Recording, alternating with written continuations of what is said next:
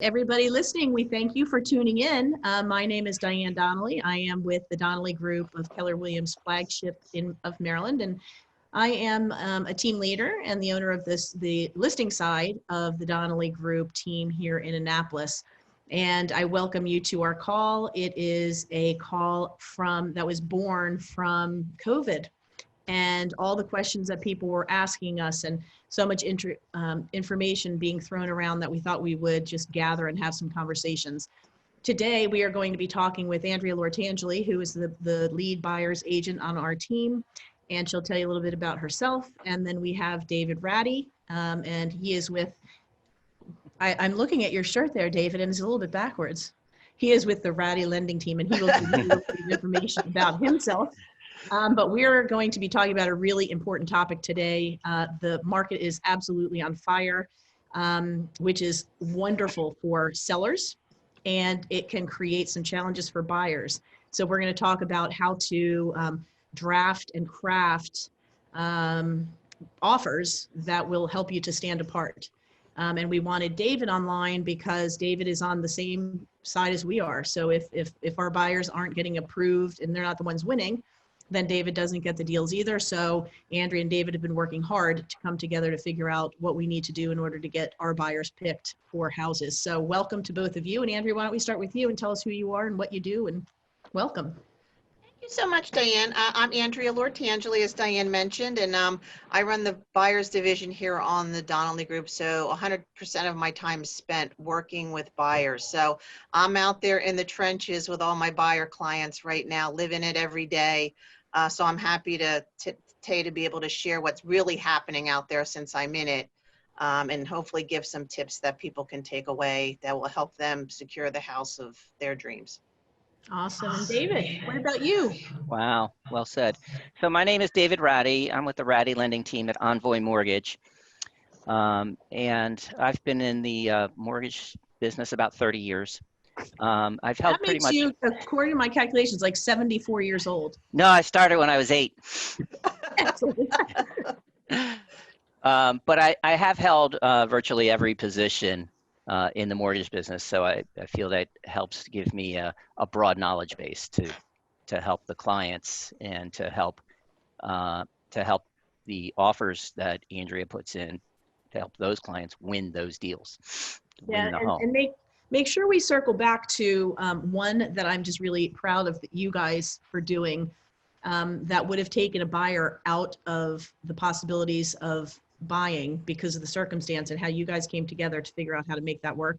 Because I will bet you most people would not have been able to do or think through or care to think through that deal the way that you guys did. So remind me to circle back to that. But what's going on in the market, Andrea? Let's start with you. What's going on in the real estate market for buyers pre-COVID, now that we're in COVID, and what we anticipate after COVID? What's going on? Sure. So in the first quarter, January, February, March, we came out of the gate strong here in the state, and specifically in Anne Arundel County, where we do most of our business. So it was looking like a banner year in the first quarter, and then, voila, we were, smashed with COVID.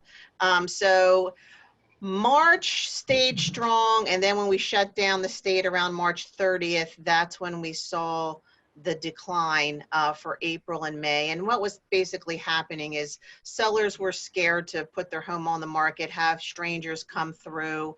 So they decided, hey, I was going to list in the spring, but now I'm not. I'm going to put the brakes on and see how all of this unfolds.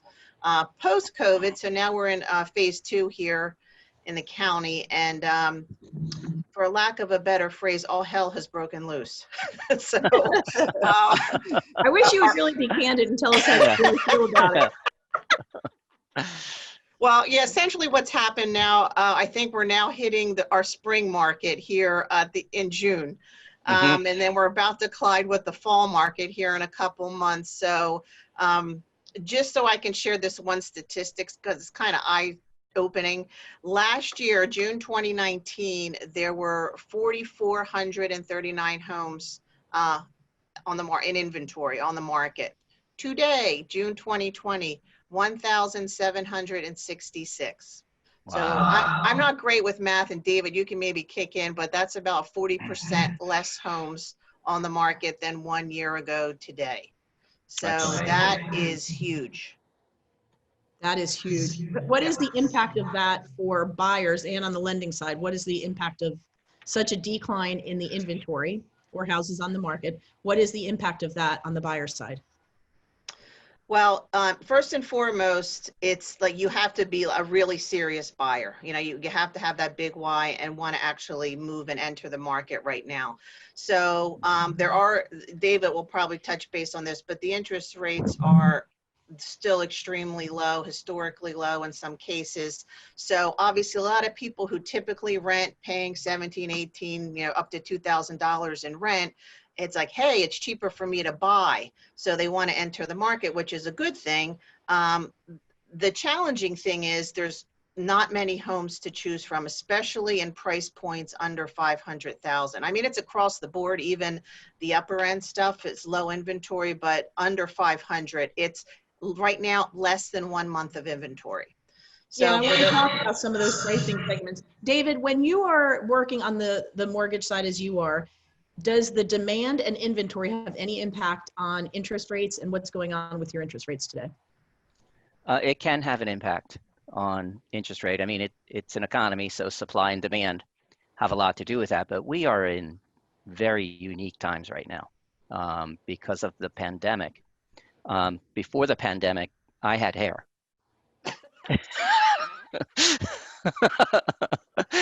Now, You had a ponytail.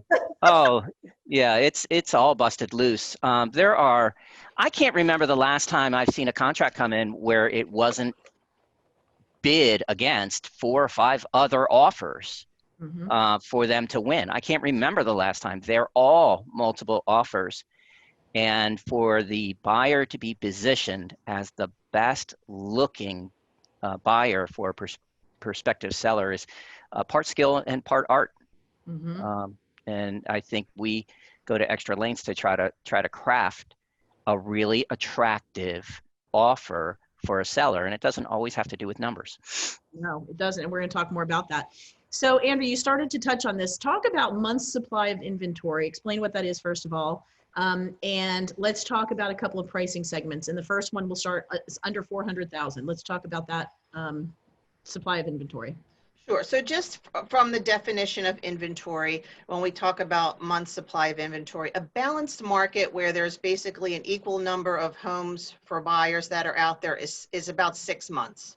So that means if for all the homes that are on the market, for all the buyers that are out there, the inventory would be consumed in 6 months if another home was not listed, right? So that's balanced.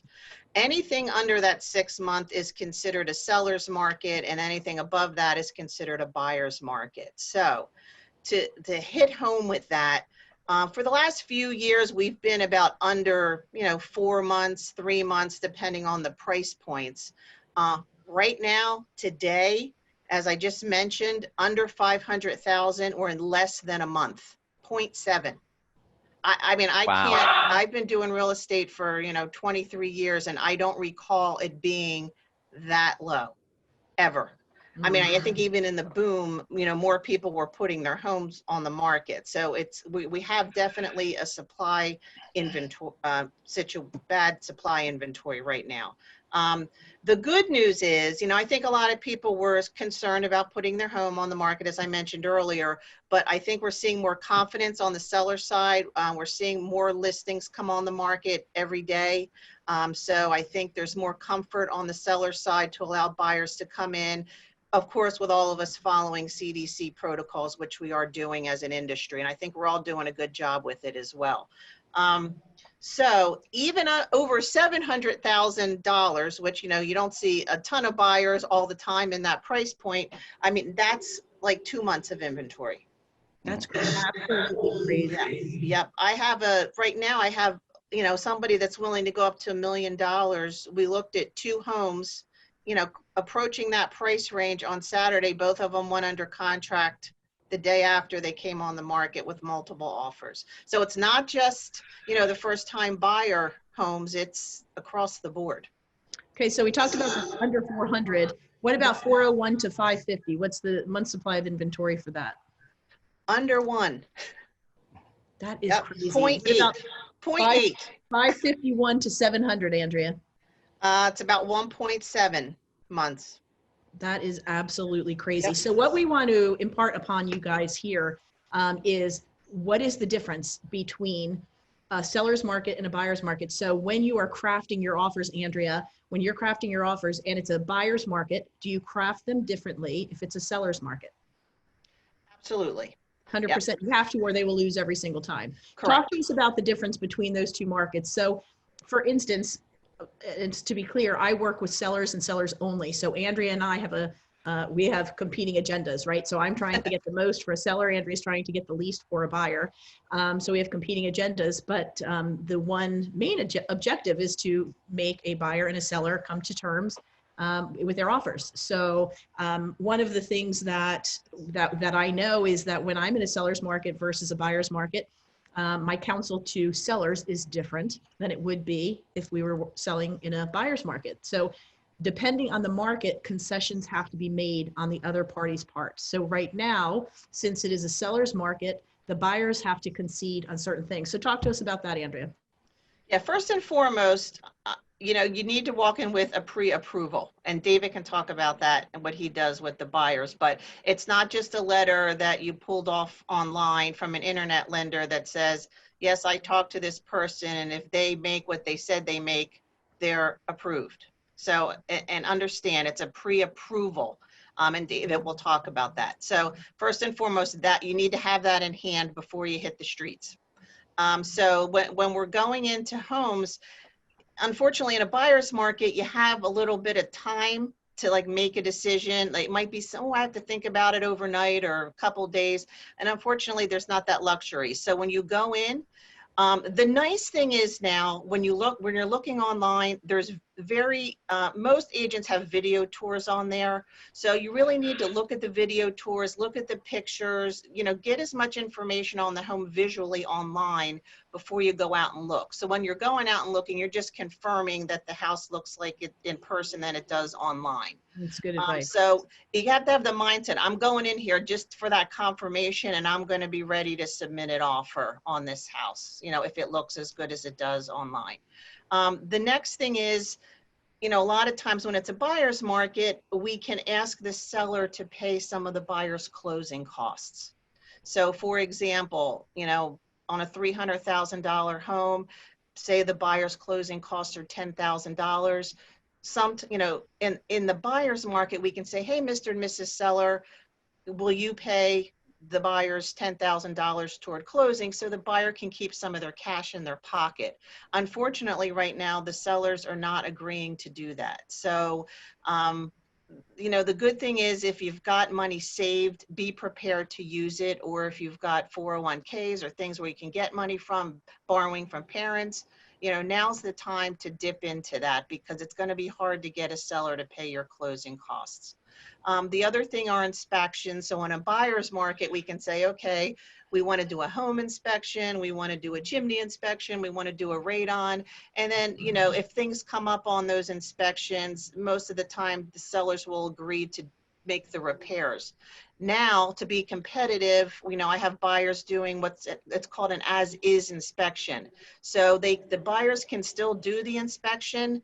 However, the sellers will not fix anything. So it gives the buyers the right to do the inspection. If they feel comfortable, they move forward.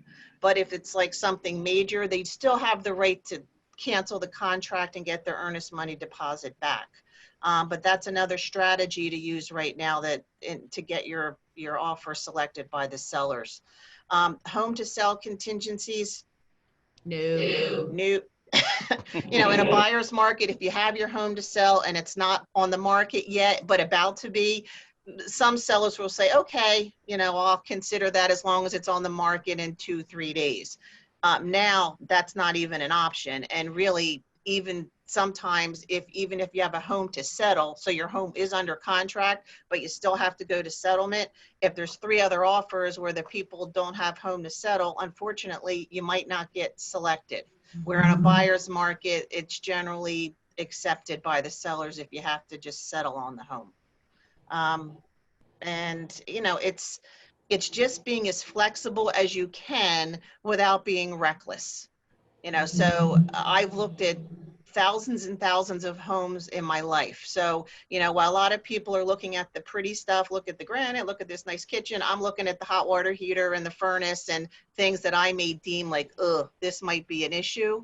Because, sometimes I'm not a home inspector or licensed, but I can get an idea of this home looks like it's been well maintained. So it might be okay to do an as-is inspection, on a particular home. And So they're not taking on any additional risks. no. Is that me, that noise?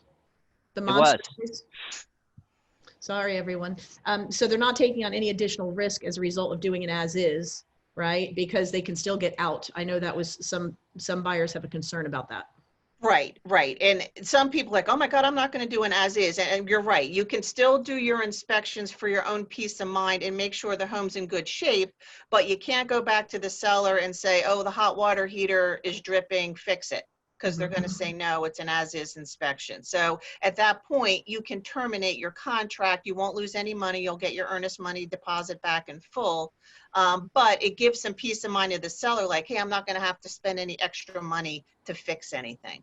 Yeah, and two more things that we spoke about too is one is perhaps giving more of your earnest money deposit. So increasing your earnest money deposit to show your commitment to moving forward on the house. And the other thing too that I wanted to talk about that we didn't talk about pre-call, lenders matter. When you are competing, oftentimes when I get competing offers, I have a sheet for my sellers that I say, here is the sales price. And then I have column one is offer number one, offer number two, offer number three. And it goes through and it says sales price. And are they asking for any closing help? What concessions are they doing? What contingencies are they asking for, et cetera. Part of that is I'm going to call the lender based on what their lender letter says. I'm going to call them to make sure everything is okay, that there's not any red flags, et cetera. If I can't get a hold of that lender because they are an online lender, I can't confirm anything. Mhm. I'm going to number two because I'm going to confirm a local lender. I'm going to talk to the lender. And oftentimes, because I've been around for 75 years, I know a lot of the lenders and I know the ones that are going to be trouble and I know the ones that aren't. I know there's some that can't hit a deadline if it hit them in their face. Those things matter. Mhm. Right? Yep. So if people come to me and they've got this Maypop lender that I've never heard of, I can't confirm, they don't have numbers and addresses on their letterhead, I've never heard of them before, I pull them up and it's all jarbled stuff and an old website and haven't heard of them, that is not good. That is not a good strategy to employ to try to get the cheapest rate at the expense of a reputable lender, because we as listing agents need to be able to talk with confidence that we're going to get this through. And part of that is a local lender. So I think it's important to tell the public that agents have relationships with lenders like you do with Dave. Right. But a lot of lenders or agents have relationships that they trust. And the difference, I talked to somebody the other day and we talked about this exact conversation, and one was an online lender and one was a local lender. And we talked about that. And she said, well, what's the difference? I really like both of these offers. What's the difference? And one of them was, I couldn't confirm that there were no red flags because they didn't call me back. Why doesn't an internet person call me back? And this isn't to bash all internet people, but they don't call back because they don't have a relationship. When you look at Andrea, when you see her on Monday, David, you have to say, I got your person through. And one or two times of that failing or not hitting the dates, she finds a new lender that is going to back her offers. Sure. Online, they don't care if this one's missed. They're not going to get another deal from that lender because the buyers go directly to them and they don't have a relationship that they have to make sure that their word is gold, right? Yeah, it's a transaction to them. It's a transact. That's a perfect way to sum that up. So that's And if it works or doesn't work, they're going to have another transaction tomorrow. Yes, exactly. That's what I was trying to get through, that they have so much backlog that they can push through, that it's not a relationship. And if it's just, oops, that one went through, okay, let me concentrate on the next one. That's an important component to it. Yeah, especially now. Most people probably don't realize, and many people probably don't realize, but the lending industry right now is very stressed, burdened. with an environment where rates are in the 2s and 3s. Mhm. I mean, rates have plummeted since the start of the year. The volume of transactions, we are not only in a refinance boom, we're in a purchase boom. Yeah. So, and we have remote workforces. Mhm. So the real challenge currently, yesterday I was just on a big national lender's website, and right on their webpage it says, hey, don't expect a phone call back anytime soon. We're like really busy. We'll get to you when we can. I mean, it literally was on their front page of their webpage. I emailed another lender, and I got an auto reply that says, hey, I'm not going to return your email, in paraphrasing. I'm not going to return your email very soon, so just bear with me. It's just kind of a crazy way to deal with clients and customers. Yeah, we're working a lot of hours, but there's a certain level of service that we And we expect. have to be able to count on. We have to be able to count. I mean, I am deadline driven. When something says Tuesday at 2, it's not Tuesday at 4, it's Tuesday at 2. Right. And that just needs to happen. So that's an important thing. The other thing, Andrea, you touched on was the lender letter. Here's my pet peeve. As a lender that I don't know, that comes through and they say verbiage similar to, if what the borrower says is true, they're perfectly fine to do this mortgage. Okay. Then I call them and I say, okay, did you verify their W-2s, pay stubs, bank statements?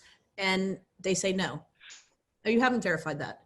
So you're asking me to take someone's house off the market in a hot market while you haven't even verified if they really do can afford this loan. There's no idea. That's a pet peeve. I'm not going to do that. And so my conversation then to a seller is, I can't verify if this person can qualify or can't qualify. The lender letter stinks. It's not worth the ink. I shouldn't even have printed it out. I'm going to ball it up and throw it away. It stinks. There's no reason to have even included that with this offer.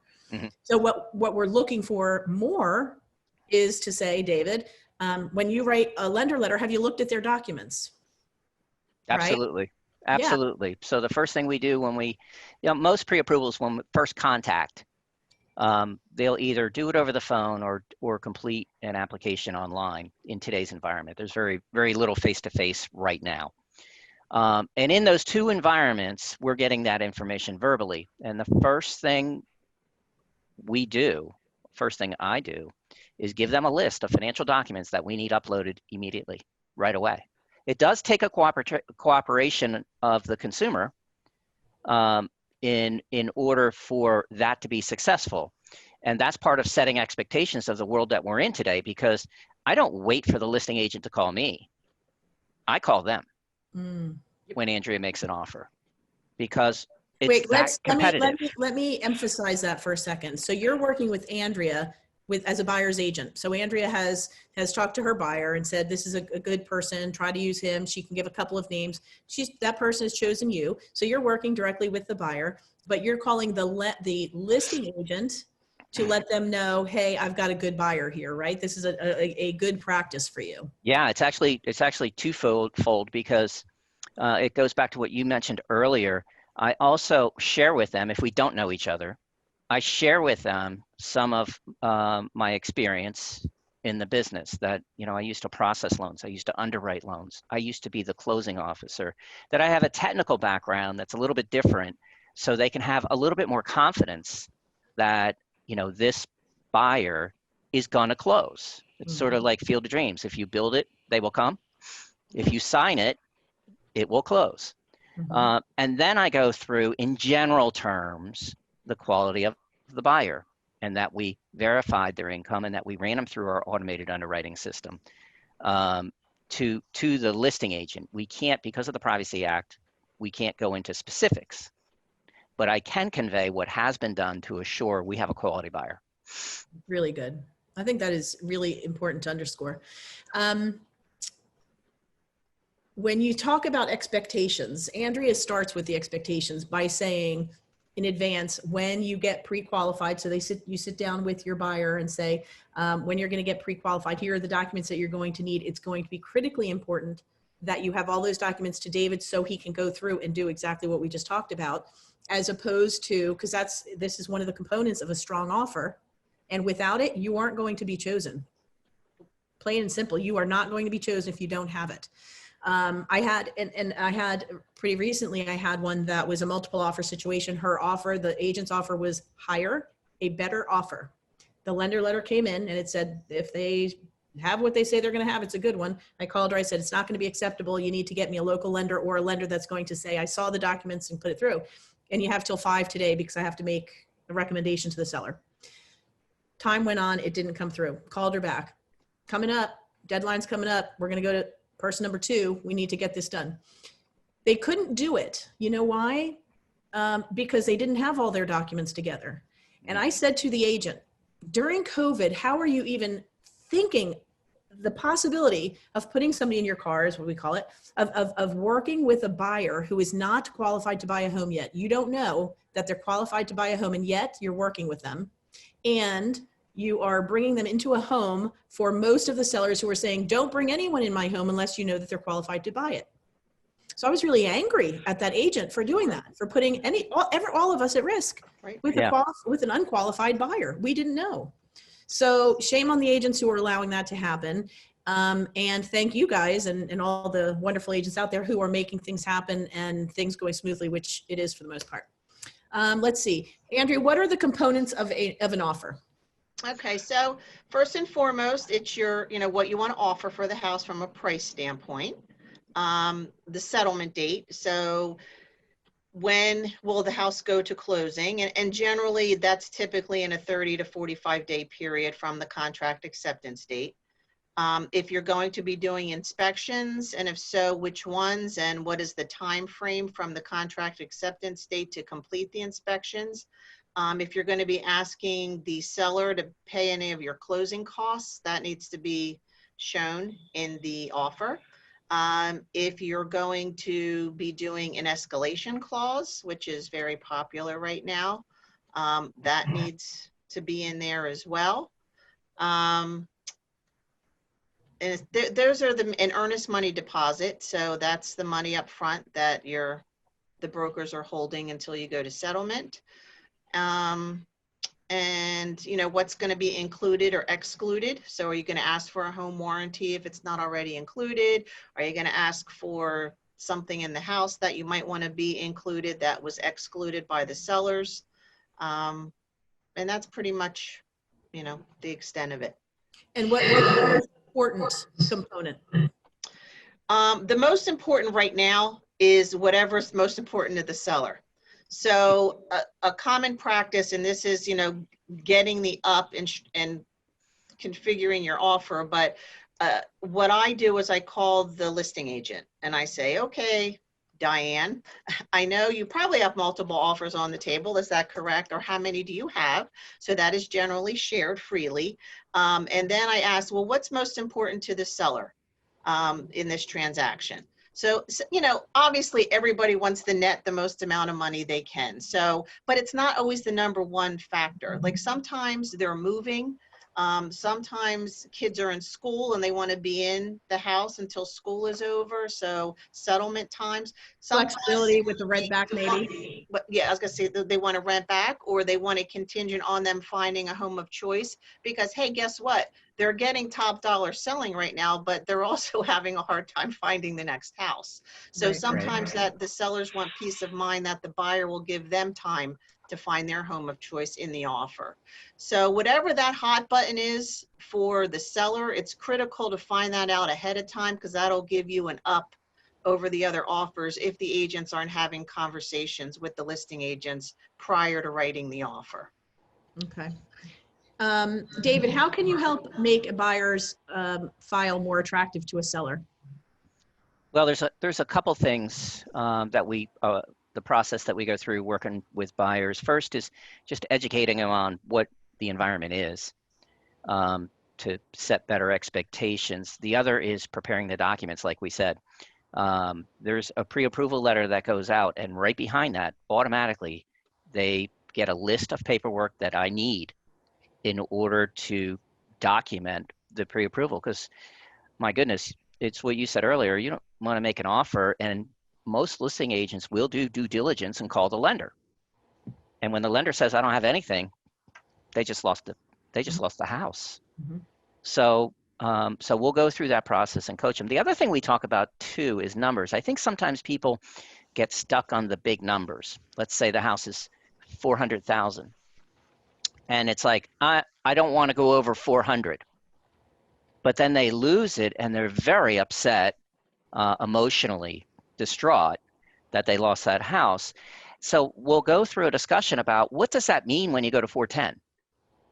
Mm. In other words, in this environment, 2 and 3% interest rates, it means $4 per thousand. Mm. So that $10,000 is $40 a month that they lost their dream home 2 lunches, over. 2 big lunches Yeah, a month. that we eat. 2 big lunches. Maybe 4 or 5 for the normal human. Yes, or one dinner out. I mean, that Yep. they lost their dream home to have one dinner out. So it's perspective in this environment. Changing the price of the house and the amount that you're borrowing doesn't really change the payment that much. Mhm. That's good that you let people know that, because they don't realize that. And it's important to help them to understand that you're stuck on the 400. Why? Why is that number important to you? How did you arrive at that number? Yeah. And maybe it is a hard stop at 400. Maybe that is bottom line. My payment at 400 is X. I will not, cannot, do not want to go over that. And we respect that perfectly. It may just be a misunderstanding that, oh man, I thought 410 would be like, a couple $100 more per month. Right. So it's a good education. Yeah. A lot of people don't realize that. Yeah. Sure. Okay. So the most important thing I'm going to recap a little bit, the most important thing when you are working with a buyer in a competitive market that is in favor of the seller or the seller's market is talking to the listing agent, finding out what is most important to the seller, and then crafting an offer after that. Maybe making your earnest money deposit a little bit higher. Maybe removing some of the contingencies that you may have been able to do in a buyer's market. Maybe doing a settlement date a little bit faster so they can get out faster. Maybe not worrying about doing or allowing a rent back and being flexible. So any of those things. Angie, are there any questions that we have on the chat box? Not currently. Okay. Anything else that David, you or Andrea want to say to help people out there for drafting or crafting an offer that we haven't talked about? Yeah, I mean, I think we need to look at this as we're all humans, right? So one thing I have my buyers do that's very effective is I have them write a letter with their offer, kind of sharing who they are, a little bit about themselves personally and why they like the house so much. And it really helps. I mean, the sellers want to sell their home to someone who's going to love it and care for it as much as they did. And they're humans. So, I can tell you on many occasions, if all other terms being equal, that letter will push it over the top because they'll be like, oh my God, I really want these people to have my house. So they fall in love with the people before even meeting them. So that's a great tip for anybody that's out there shopping right now. It's so ironic that you mentioned that. Is that a letter? Because this is a letter from a contract one, and it's a really heartfelt letter that the buyer wrote to the seller. I guess Andrea probably helped craft it, right? So as far as for our purposes for the finance, I don't need a letter in the file. So I had pulled it out and had it sitting here. Yep. And obviously it works. That's good. Really good. That is strong. And in closing, I wanted to circle back to the offer that you guys, or the contract that you guys did, where they needed a second lender to jump in. So can you talk to us about that? I love Yeah, this. we had a circumstance. We had a circumstance where a buyer was buying a home, and it was an unknown circumstance that popped up in the middle of it. He's a veteran, and with the veterans, they have a certain amount of entitlement that allows them to purchase a home with no money down. But if they've used some of it in the past and had credit difficulties where the Veterans Administration had to get involved, they don't return those a portion of that entitlement, which means the veteran all of a sudden out of nowhere has to put money down that they don't have. Mhm. So this is part of knowing your craft. When you buy a home, you cannot get a personal loan for the down payment, except if you're a veteran utilizing VA financing. And I think a lot of people aren't aware of that, but the Veterans Administration does allow the veteran to get a personal loan for the down payment. I mean, that's a big no-no in mortgages, except for veterans. So I connected them up with a local savings bank, and they were able to, this is their dream home. I mean, this would have been devastating. Yeah. They were able to borrow the money necessary, and we just qualify them with the payment, and we were closed on time. I love that. Yeah. And the listing agent didn't even know it. Yeah. That's how Didn't smooth even it have was. to, right? Nope. They had the money well before the settlement date, so it was all Yep. good. Yeah. So David saved the day on that one, and Thank you they're for so saving the happy. day, David. Yeah, they We just appreciate settled it. and they love their house, and they They too, they did were settle? using another lender, and I hooked them up with David, and they said after, thank you so much, like he was awesome, and you know they're going to be clients for life for both myself and David. Yeah. You know? So it's relationships and getting Yeah. people where they need to be and want to be. Yeah. And And digging in and finding answers, and if they're and we encourage this all the time, that if there's a challenge, let's dig into our resources. We have so many resources available to us and some great partners that we deal with, and that was, you know, that you were witness to that on that file. yeah, that was a feel good. That's a Oh, feel yeah. good. Yeah. That's what we like selling homes for, is that story, right? Yeah. Yep. Handing the Yeah. keys over to that. That was a Yeah. great day. It's a good Yeah. one. All right, guys, we appreciate you for being on the call. I know you guys are busy, so thank you for that. Everybody else, we appreciate you being on the call. And if you feel that this is a helpful call, please feel free to reach out to Andrea, myself, or to David. The information is here for you. And if you feel as though this would be helpful to somebody in your circles, please share this on your page. We would love to be able to help any of your buyers or sellers. Thank you again for tuning in. Thank you for having us. You're Thanks, welcome, Diane. Take care. Have a great good day. guys.